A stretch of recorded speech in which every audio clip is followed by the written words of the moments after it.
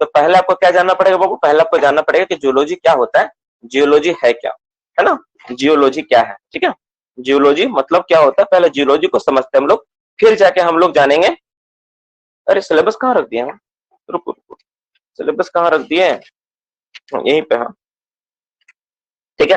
तो mine geology और economic geology दो तरह का आपका पहला दिया हुआ है। तो आज हम लोग माइन जियोलॉजी के बारे में जानेंगे, ठीक है, जियोलॉजी क्या होता है इसके बारे में हम लोग जानेंगे। तो हम लोग सबसे पहले जानते हैं कि व्हाट इज जियोलॉजी, जियोलॉजी होता है क्या, और ये किस तरह का शाखा है, इसमें क्या क्या होता नहीं होता इस पर। तो जियोलॉजी दो वर्ड से मिलकर बना, अगर आप जियोलॉजी को ध्यान से देखो, there is the two word, one is the Jio और अनदर इज द लॉजी, है ना। जियोलॉजी दो वर्ड से मिलकर बना है, एक क्या है आपका जियो है, दूसरा क्या है लॉजी। तो जियो का मतलब क्या होता है, जियो को हम लोग बोलते हैं जियोड, ये जियो जियोड से बना है, जियोड, जियोड का मतलब होता है अर्थ, जियोड का मतलब होता है अर्थ होता है, जियोड का मतलब क्या होता है, अर्थ होता है, अर्थ, अर्थ का मतलब पृथ्वी, और लॉजी का मतलब होता है, ठीक है, लॉजी का मतलब होता है एनालिसिस करना, अध्ययन करना, अध्ययन, यानी लॉजी का मतलब अध्ययन करना, यानी अर्थ का क्या करना, अध्ययन करना, अध्ययन मतलब स्टडी करना। लॉजी का मतलब तुम क्या बोल सकते हो, होता स्टडी, है ना, स्टडी। तो जियोलॉजी का मतलब क्या होता है कि अर्थ के बारे में अध्ययन करना, स्टडी करना, उसी को हम लोग क्या बोलेंगे, जियोलॉजी बोलेंगे। मतलब ठीक है, मतलब जियोलॉजी क्या है, जियोलॉजी, ठीक है, जियोलॉजी क्या है, और जियोलॉजी एक ऐसा मतलब सब्जेक्ट है जिसमें हम लोग क्या करते हैं, जिसमें हम लोग अर्थ के बारे में हम लोग क्या करते हैं, ठीक है, अर्थ के बारे में अध्ययन करते हैं। और ये किसका ब्रांच है, मेनली साइंस का branch, it is a branch of the science, ठीक है, it is a branch of science. ये साइंस का वह शाखा, विज्ञान की वह शाखा है जिसमें हम लोग क्या करते हैं, वो अर्थ के बारे में हम लोग क्या करते हैं, इसमें अध्ययन करते हैं। तो अर्थ के बारे में अगर आप अध्ययन करना चाह रहे हैं तो अर्थ से जुड़ा हुआ हर एक चीज आएगा। अर्थ अगर बारे में आप अध्ययन कर रहे हो बाबू, तो अर्थ से जुड़ा हुआ हर एक चीज आएगा। जैसे अर्थ से जुड़ा हुआ क्या चीज आएगा, तो पहला आपका आएगा क्या, दैट इज, जैसे मान लो आपका अर्थ है, ठीक है ना, जैसे आपका अर्थ है, तो नेचुरल प्रोसेस क्या होता है, अर्थ में फॉर्मेशन क्या हुआ नहीं हुआ, तो ये सारी चीजें, अर्थ का कंस्ट्रक्शन क्या हुआ, अर्थ का कंस्ट्रक्शन कैसा है, अर्थ किस तरह से बना हुआ है, अर्थ के अंदर में क्या है, तो ये जो अध्ययन है इसको हम लोग बोलते हैं फिजिकल जियोलॉजी। आप क्या कर रहे हैं, अर्थ को फिजिकली एग्जामिन कर रहे हैं, इसको हम लोग क्या बोलते हैं, फिजिकल जियोलॉजी, ठीक है, फिजिकल जियोलॉजी। फिजिकल जियोलॉजी मतलब क्या, वैसा जिसमें अर्थ के बारे में अध्ययन करते हैं, डायरेक्टली हम लोग अर्थ का स्ट्रक्चर के बारे में अध्ययन करते हैं, उसको बोलते हैं फिजिकल जियोलॉजी। अगर मान लो तुम अर्थ का कोई रॉक के बारे में अध्ययन कर रहे हैं, ये किस तरह का रॉक है, ये बेसाल्ट है, ये मोटामॉर्फिक रॉक है, ये इग्नियस रॉक है, सेडिमेंटरी रॉक है, इस तरह अगर रॉक के बारे में अध्ययन करते हो तो उसको बोलते हैं पैट्रियोलॉजी। क्या बोलते हैं हम लोग, पैट्रियोलॉजी। अगर तुम अर्थ में किसी का मिनरल के बारे में अध्ययन कर रहे हो कि अर्थ में कौन सा मिनरल है, इस मिनरल का नाम क्या है, इस मिनरल का क्वालिटी क्या है, इसका गुण क्या है, उसको बोलते हैं मिनरलोजी, ठीक है, उसको क्या बोलते हैं हम लोग, मिनरलोजी। तो इस तरह से क्या होता है, अलग अलग तरह से इसमें अलग अलग इसका ग्रुप है और ब्रांच है।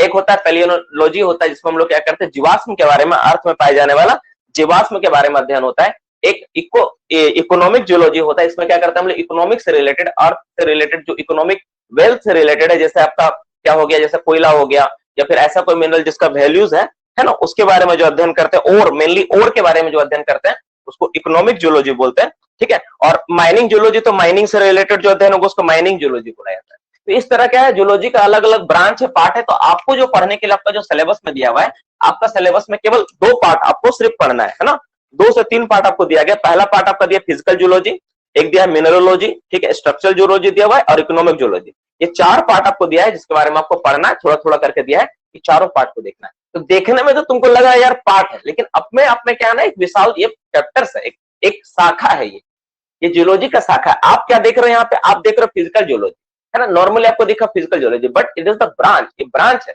जिसमें हम लोग अर्थ से रिलेटेड, अर्थ में जो स्ट्रक्चर कैसा है अर्थ का, उसके बारे में अध्ययन करते हैं। इसमें सब आएगा, इसमें पर्वत आएगा, पठार आएगा, तुम्हारा पर्वत पठार मैदान आएगा, स्ट्रक्चर्स आएंगे, कैसा स्ट्रक्चर का फॉर्म हो, वो सारा चीज आएगा। इसमें आप अर्थक्वेक के बारे में जानोगे, इसमें आप वोल्केनो इरप्शंस के बारे में जानोगे, है ना, ये सारा चीज के बारे में इसी में आपको पढ़ना पड़ेगा। मिनरलोजी जब आप पढ़ोगे तो मिनरल से रिलेटेड जितना आपको प्रॉपर्टीज वगैरह उसके बारे में जानना पड़ेगा। पेट्रोलॉजी तो आपको पता है रॉक के बारे में, तो आपको रॉक से रिलेटेड जितने भी उसका तुम्हारा डिटेल्स होता है वो आपको पढ़ना पड़ेगा। मैं आपका सिलेबस को ये डिटेल्स में समझा रहा हूँ, सिलेबस का ये पार्ट है ना। तो सिलेबस के बारे में पहले जो चीज तुम पढ़ रहे हो पहले उसके बारे में जानो, वो चीज तो है क्या, है ना, पहले उसके बारे में समझना पड़ेगा। जब स्ट्रक्चरल लॉजिक आप पढ़ोगे तो उसमें आपका डीप, राइज, फॉल्ट, जितना तरह का स्ट्रक्चर होता है, मेनली डिफॉर्मेशन होता है, जितना तरह का तुम्हारा डिसकंटिन्यूस होता है, जितना तरह का तुम्हारा क्या बोलता है कि जूलॉजिकल डिस्टर्बेंस, उसके बारे में तुमको जानना पड़ेगा, किसमें, स्ट्रक्चर लॉजी में जानना पड़ेगा, ठीक है। और इकोनॉमिक जियोलॉजी में तो आप देखिए कि कोयला से रिलेटेड चूंकि इकोनॉमिक है तो कोल वेल्थ से रिलेटेड होगा। अब मेनली कोल माइन से हम लोग रिलेटेड है, तो कोल से रिलेटेड तुम्हारे इसके बारे में जानना है, जैसे कोल का क्या होता है, ओरिजिन कैसा हुआ, इसका क्लासिफिकेशन क्या है इंडिया में नॉर्मली, ठीक है, इसका डिपोजिशन का क्लासिफिकेशन क्या है, ठीक है, और वेल्थ के बारे में थोड़ा सैंपलिंग के बारे में और मिनरल प्रोस्पेक्टिंग के बारे में। तो ये कुछ पार्ट है जो आपको पढ़ना है और जानना है। ये छोटा सा एक पार्ट देखने में तो छोटा सा है, बट इट विल टेक्स, अगर इसको अच्छे से पढ़ा जाए तो it will take more than 7 to 8 classes में लगेगा पूरा को पूरा कवर करने में, जहां तक मेरा अनुमान है, मैं जो अनुमान से बोल पा रहा हूँ ये था। आज का हम लोग एक बेसिक पहले डिस्कशन किए कि पहले हम लोग को पढ़ना क्या, हमको जाना किस और है, कैसे तैयारी करना है, इसके बारे में हम लोग समझे कि सिलेबस क्या है। अब हम लोग एक एक पार्ट उठाएंगे और एक एक पार्ट को कवर अप करेंगे, जितना जल्दी हो पाए कोशिश करेंगे। ये बाकी सब बाबू देखो, जैसे यहाँ पे तुम, अगर तुम्हारे नॉलेज भी है, जैसा तुम, ऐसा नहीं कि तुम लोग ब्लाइंड होके डायरेक्ट तुम डिप्लोमा में कूद गए, तुम लोग भी बचपन में पढ़ के ऐसा अर्थक्वेक के बारे में, वोल्केनो के बारे में, वेदरिंग इरोशंस के बारे में तुम लोग पढ़ा होगा। अर्थक्वेक क्या होता है, मतलब जो है ना, भूकंप क्या होता है, ज्वालामुखी क्या होता है, इस सब बारे में थोड़ा थोड़ा तुम लोग को भी आइडिया है। तो तुम लोग भी इसको ना खुद से स्टडी करके जान सकते हो। पुराना बुक है 9-10 का, किसी भैया का, दोस्त का, किसी छोटा बच्चा का, आसपास में कोई है पुराना बच्चा, कोई सॉरी पुराना बोल रहा हूँ, कोई बच्चा अगर है तुम्हारे आसपास जो 9-10 में अध्ययन कर रहा है, उसका बुक्स को लेके तुम पढ़ सकते हो, है ना, अपना नॉलेज को निखार ला सकते हो, पढ़ सकते हो। पढ़ने के लिए तो कुछ रेस्ट्रिक्शन है नहीं। यूट्यूब में जब तुम पूरा दुनिया भर का सर्च कर सकते हो कि किसका आज कौन सा न्यूज बना है, कौन एक्ट्रेस कहाँ पे जाके कौन सा फिल्म कर रही है, तो तुम ये भी तो देख सकते हो ना कि अभी जो सिलेबस में उसमें क्या आने वाला है, ठीक है नहीं। तो सारा चीज के बारे में तुम्हारे पास है, ठीक है। अब ना जो तुम्हारा वर्क है ना, वे को ना वर्क ऑफ, जो तुम्हारा एक चीज मैं आपको सिखाना चाहूंगा बाबू 1 मिनट के लिए, और हर एक बच्चा को, कि आप जब कुछ काम करते हो ना, तो एक्टिविटी करने के बाद या करते समय एक चीज जरूर अपने आप से पूछो कि मैं क्या कर रहा हूं, व्हाट आई एम डूइंग। जब भी तुम करो ना, खुद से अपने आप से एक सवाल जरूर पूछो। जैसे मान लो यूट्यूब में तुम सर्च कर रहे हो, कुछ भी देख रहे हो, देखने के बाद या देखने के दौरान तुम अपने आप से पूछो मैं क्या कर रहा हूँ, ये क्या मेरा इंटेंशनली मैं कर रहा हूँ या इन इंटेंशनली कर रहा हूँ, मतलब तुम्हारी इच्छा उसे करने के लिए वो जो सर्च कर रहे हो, ये अपने आप हो रहा है या तुम कर रहे हैं। अगर अपने आप नहीं हो रहा है, अगर तुम इंटेंशनली कर रहे हो सर्च उस चीज को, और उसके बाद उसके बारे में देख रहे हो, तो तुम्हारा ठीक है, और नहीं देख रहे हो तो एक तरह का बीमारी से बचो। सीरियसली मैं बात बता रहा, एक तरह का मेरे हिसाब से बीमारी। हम लोग क्या करते हैं, यूट्यूब में कोई भी स्टेटस लगाया, देख रहे हैं, उसको फिर पार के, फिर देख रहे, फिर देख रहे, पार, इस तरह से 20 मिनट 40 मिनट पार हो जाता है, साथ ही साथ 300 MB नेट भी चला जाता है। तो इस चीज से बचना है, इस चीज से स्क्रॉलिंग करते करते हम लोग पार कर देते हैं, इस चीज से बचना है। इंटेंशनली अगर किसी चीज को सर्च करके तुम देख रहे हो तो बहुत अच्छा है, दैट इज गुड। उसमें क्या है कि ब्रेन तुम्हारा तुम्हारे अनुसार काम कर रहा है। लेकिन अगर तुम देख रहे हो और तुम्हारा हाथ घूम रहा है, तुमको पता नहीं चल रहा है कि तुम इसको देखने सर्च कर रहे थे ना, अचानक से आ गए, तो वो तुम्हारा क्या, वो तुम्हारा ब्रेन को कंट्रोल कर रहा है। सो ऐसा मत करने देना। ये मेरा एक बहुत अच्छा सलाह है, इससे तुम बहुत आगे तक जा पाओगे, जीवन में बहुत आगे तक जा पाओगे। ये बहुत बड़ा मूल मंत्र है आज के समय में, और हर एक किसी को इसके बारे में जानना चाहिए। तो हम लोग क्लास का फर्स्ट पार्ट को स्टार्ट करते हैं। तो हम लोग जाने जियोलॉजी। तो जियोलॉजी का मतलब क्या हम लोग समझे, जियोलॉजी का मतलब हम लोग समझे कि अर्थ का अध्ययन होता है। और पहला पार्ट आप लोग का क्या है सिलेबस का, पहला पार्ट आपका क्या, फिजिकल जियोलॉजी है। तो फिजिकली जो अर्थ कैसा है नहीं, उसके बारे में हम लोग अध्ययन करेंगे। अर्थ का स्ट्रक्चर कैसा है वो जानेंगे हम लोग। तो पहला टॉपिक आप लोग का, पहला टॉपिक है क्या है, कॉन्स्टिट्यूशन ऑफ अर्थ इंटीरियर। पहला टॉपिक क्या है वो, कॉन्स्टिट्यूशन ऑफ अर्थ इंटीरियर, इसके बारे में जानेंगे, ठीक है। Constitution of earth interior, dear students, आप लोगों को एक बात मैं बोलना चाहूंगा, जब वेंटिलेशन का नोट्स लिखे हो ना फेयर वाला, उसके साथ इसको मत जोड़ देना। जहां पर वेंटिलेशन का फेयर वाले नोट्स लिखे हो ना, इसके साथ इसको मत जोड़ देना, इसको अलग से रखना, ठीक है।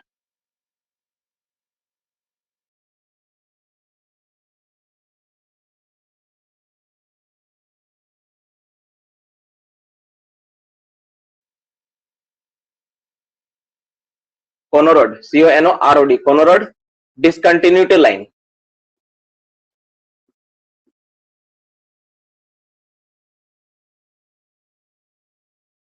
डिसकंटिन्यूटी लाइन, ठीक है। अच्छा, डिसकंटिन्यू लाइन को ना मैं D और L लिखूंगा, तुम लोग समझ जाओ। कितना बार वो लिखेंगे उसी को यार, ठीक है। इसका नाम क्या है, इसका नाम है rapid, REPIT, rapid discontinuity line, DL लिख दे रहा हूं, ठीक है, डिसकंटिन्यूटी लाइन। और जो ये वाला जो देख रहे हो ना डिसकंटिन्यू, इसका नाम क्या है, इसका नाम है इसका लेहमन, LEHMLEH, ठीक है।